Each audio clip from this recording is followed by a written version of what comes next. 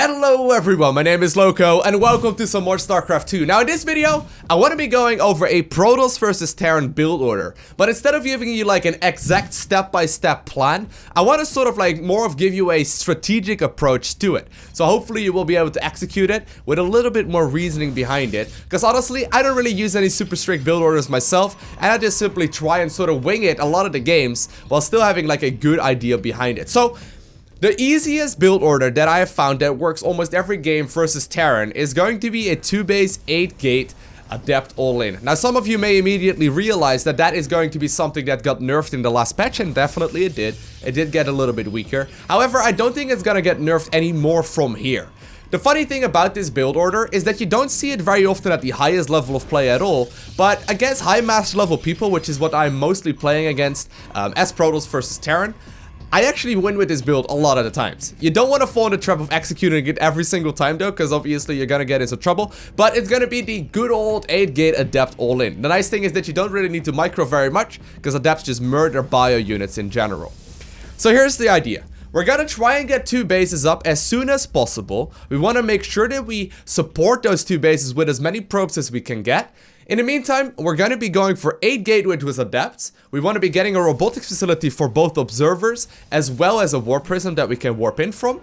And then also, we want to be getting a Twilight Council to make sure that we actually, deal with his, or that we get the Adept upgrade to deal like additional damage with the Adepts. Now, here's the reason why sometimes build orders are not the most accurate, right? My opponent decides to put down a supply depot in the middle of my base, and I'm like, I can't actually make the natural right now. So build orders are oftentimes very quickly gonna get messed up. But the general idea is open up standard when you play Protoss, go for the expansion as soon as you possibly can. And even though I'm not playing it perfectly myself either, I'm just sort of trying to figure out what works well in this scenario.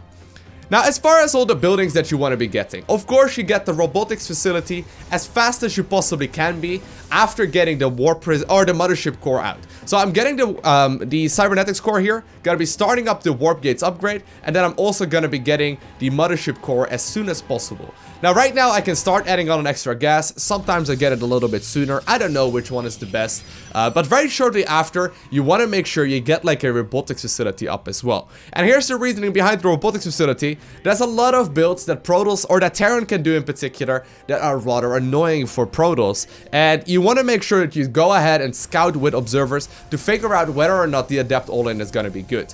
Also, you want to make sure you get the observers out as soon as you possibly can, just in case your opponent is going for mine drops. Now in this particular case, I am scouting and I don't know relatively well what's going on.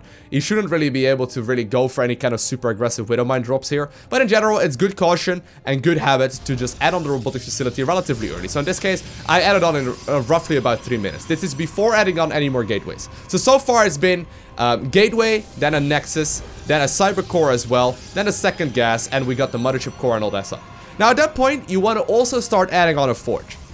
The reason for the forge is that in the last patch, obviously the Adept got nerfed quite a little bit, but the reason why we add on the forge is just to get that +1 attack going, which basically evens out what we had lost previously. So get the forge right after getting the robotics facility with +1 melee upgrades. At this point, still chrono boosting out workers non-stop, not really focusing on anything else. Now as you can see, my opponent does one big scan, and he knows what's going on here, or at least he should probably be aware of it. So you know, he's more than likely going to be able to counter this. Now, right as the robotics facility finishes, you want to make sure you get the observer out. The drops of the widow mines can happen roughly 4 minutes into the game, so it's always a good habit to have a pylon behind your mineral lines. Now in this particular case, I don't actually have one in the main. That's a mistake. On this particular map, he's much more likely though to drop my natural, so it's not the biggest of ones, but that's the idea. Right afterwards, after starting up the observers as well as the +1 attack, you want to also be getting the Twilight Council. The Twilight Council is really the only thing we're going to be chrono boosting a lot in the game. I may actually add on a chrono boost on the Forge as well now I think of it. But right at this point, you will notice that you will start flooding minerals. Now, there's no specific time on this, okay? It's not like, okay, right at 4 minutes and 35 seconds, you want to be adding on 2 gateways. No, basically, once you hit full saturation in your base, you can start going for the upgrades, start chrono boosting these out instead, because I don't need to produce any more workers here. Just start chrono boosting out the upgrades here instead, so that's going to be the upgrade for the Adepts as well as the +1 attack. And whenever you have the minerals for it, just add on as many gateways as possible.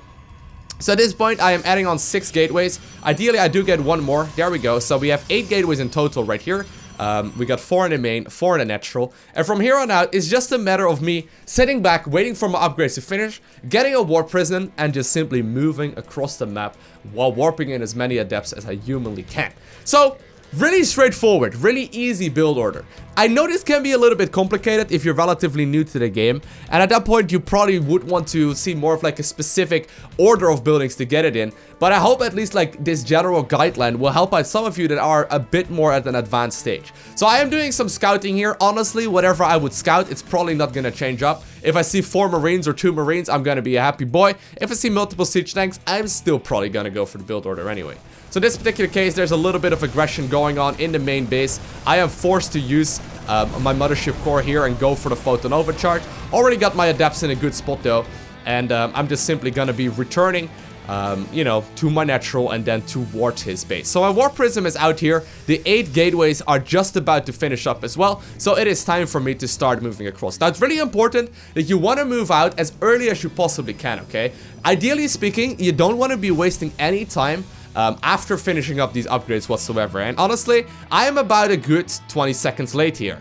I mean, I could have already been in his face right now. And at this point, my upgrades just finished up. Look at his army. He's got absolutely nothing, right? Like, he's got 1 siege tank right there, 1 siege tank right there. He's got a, you know, a Widow Mine sitting out in the open. He's got a bunker, but he's got very, very little.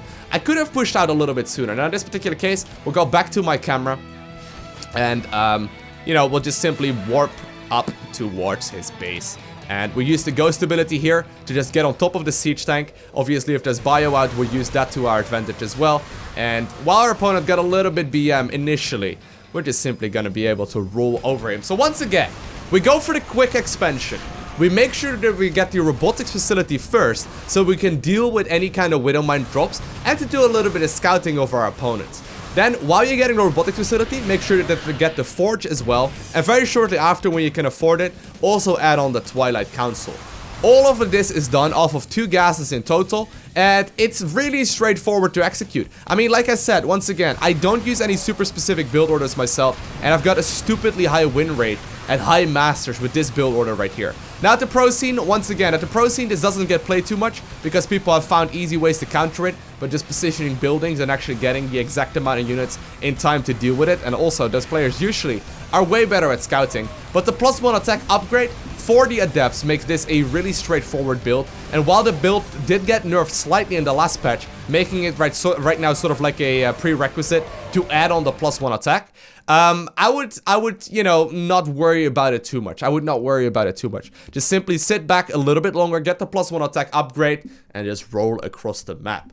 Now, I do want to warn you, don't use this build order every single Protoss versus Terran, okay? If you use it every single Protoss versus Terran, you're probably gonna be left over with a terrible matchup if, in fact, something does get nerfed or the map pool changes, or it's just not something you can actually execute anymore. So maybe do it every 30% of your Protoss versus Terrans, okay? Or maybe 50%. That's the most. Try and also play other games as well. But I hope you enjoyed watching this video. If you want to see more content like this, hit that subscribe button down below so you get a notification as soon as I upload more. And other than that, I want to thank you all for watching. Have an amazing day. Do not forget to smile, alright?